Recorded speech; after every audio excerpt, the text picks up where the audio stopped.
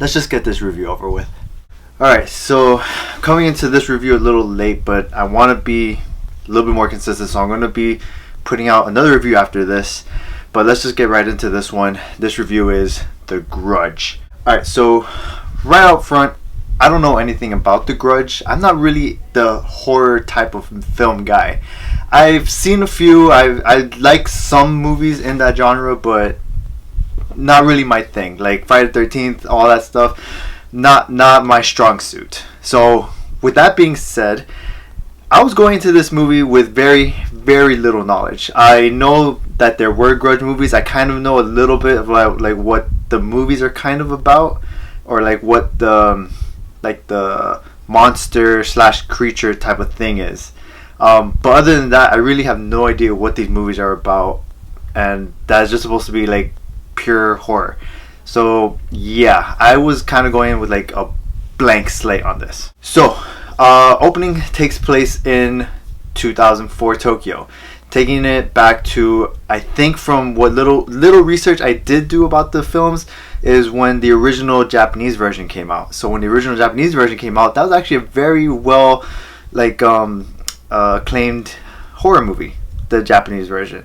Then they decided to do an American version of it, which still got kind of mixed reviews. It wasn't the best thing, but it was okay from some of the reviews and some of the things I heard other people say.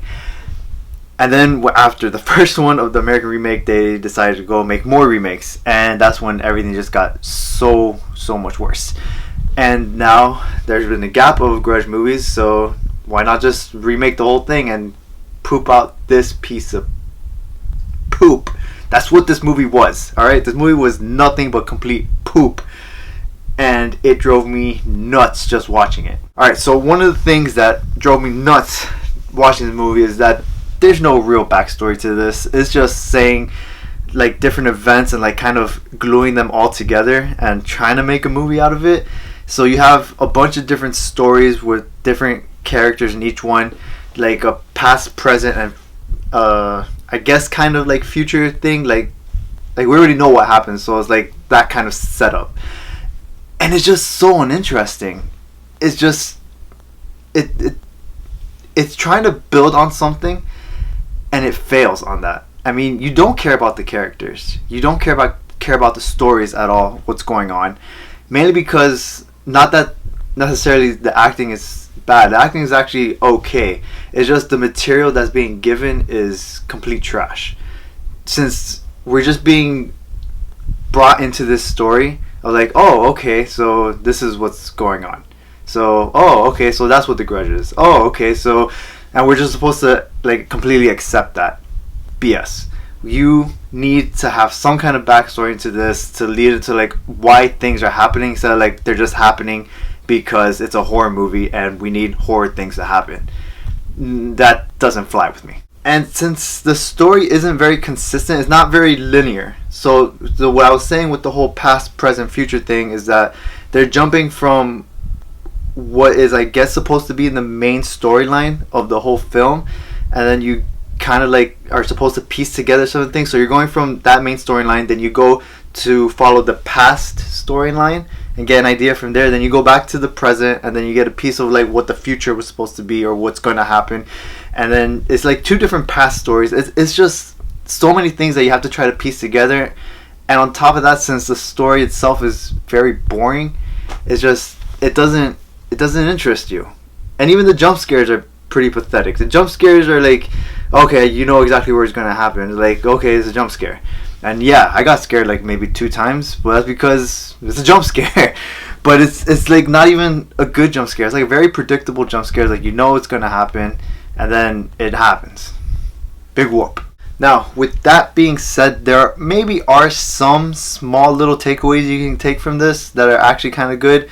I mean, if you're like really into film, I mean, some of the filming aspects are kind of cool. A lot of the lighting, a lot of the different shots that they do for it are like pretty standard and like nothing revolutionary. But it's like, okay, this is actually a really well shot film. But that's pretty much it for the technical part. Like, a lot of the acting is whatever. I mean, again, I don't really put so much blame on the actors on this. It's mainly just what they're being given to work with. And from what I just said, it's all over the place. I'm surprised they were able to like actually put out some kind of somewhat decent performance out of these. But there is one part in this whole movie that was like, at least I want to say a little bit more past than halfway of the film, that made this movie for me, because at that point, like beginning to middle, I was like just in my seat, like dead. I felt like I was being taken over by the Grudge. I was like there on my chair, like So that one scene, I don't want to really get into spoilers, but it had me laughing. It was one specific scene where you have I can't remember the actress's name, but the therapist, she plays like a suicide therapist or something like that, and she is in the house like with one of the past like storylines that they're following with it, and it's just like this one funny thing where like the Grudge finally takes over the couple that are living there that she's trying to help, and she like gets so completely scared, and she's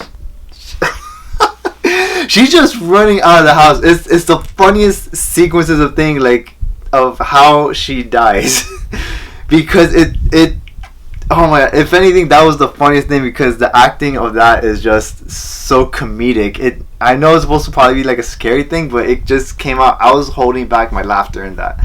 That was probably the one thing in the film that actually saved it from like pure boredom. Alright, so then finally it gets to the end of the movie. We finally get to like the big resolution. Our main actress, who also I'm forgetting her name, ends up getting to the house, confronts the like monster Grudge thing, whatever it is that's like terrorizing all these people, and that's pretty much it. It just comes to an end right there. I don't want to say exactly what happens. If you do want to go check it out, by all means go check it out. I won't ruin that part for you.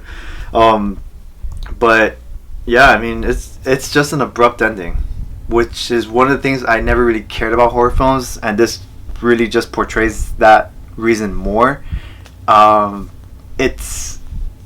It doesn't lead to any kind of real ending. There's like no real resolution to the whole film, which maybe could have saved it a little bit, but it's just complete garbage. I mean, it was a really weird way to end the film, because the logic for the actress to go back to the house to confront this thing makes zero sense. Like how she came up with that. Like, really? That's your idea? That's how you think you're going to beat this thing? Alright. Go ahead. And then it ends up being a stupid ending. The part where she confronts the monster is like one ending, and then we get to the next part where it's like, oh, classic horror thing where it's not really a real resolution to the film. And I was just glad that it ended. One high note in that film that saved it. But other than that, alright, so with that review being done, I'm pretty sure I said it in like one of my past videos. I was going to come up with a rating system for these films. Still currently working on that. It's not as easy as I thought it would be, but you definitely don't want to stick with the whole numbers thing. I do have an idea. It's not fully done yet because I'm still missing 3 slots. I'm missing 3 slots out of the 6 that I have. But I will give you a small little dose of what it is right now if I was to rate this movie. So my rating for this movie would be what it is, 0 through 5. So I give it a 1. Now, what does 1 mean? 1 is, now that's some old BS. That's what this film was. It could have been a 0. Still don't know what a 0 is going to be labeled wise. But 1 would, if you want to do it by letter grades too, like A through F, that's how if you want to see it, but this is how I'm rating it. That's like one big pile of BS. That's what this movie was. The only thing that saved it from getting to a 0, probably that one specific scene I was talking about. That one scene, and some of the technical aspects of it. I can't really put too much blame again on the actors for just a terrible script. So there you go. That's one review down. I'm going to do another review right now. Probably going to have a lot of videos coming out in one day, but I'm going to be more consistent to have at least 1 or 2 videos a week. One review, or at least one movie review will be definitely that. If not, I will have, depending on how many movies come out during the week, multiple reviews coming out. And then I'll have a separate video for something else. So that's the plan there so far. I am doing early, like 1 sentence, 2 sentence like reviews of the movie on my Instagram. Anyone following there, that would be great. I will have some more information on that. I am trying to be more consistent on that too. I'm putting that a little bit earlier than when I put out the videos. So yeah, you'll see that first. But this is just like the full length thing of the films that I'm working on. So thank you for this one. I will be going to the next movie review, which is 1917. So let's jump on that one already.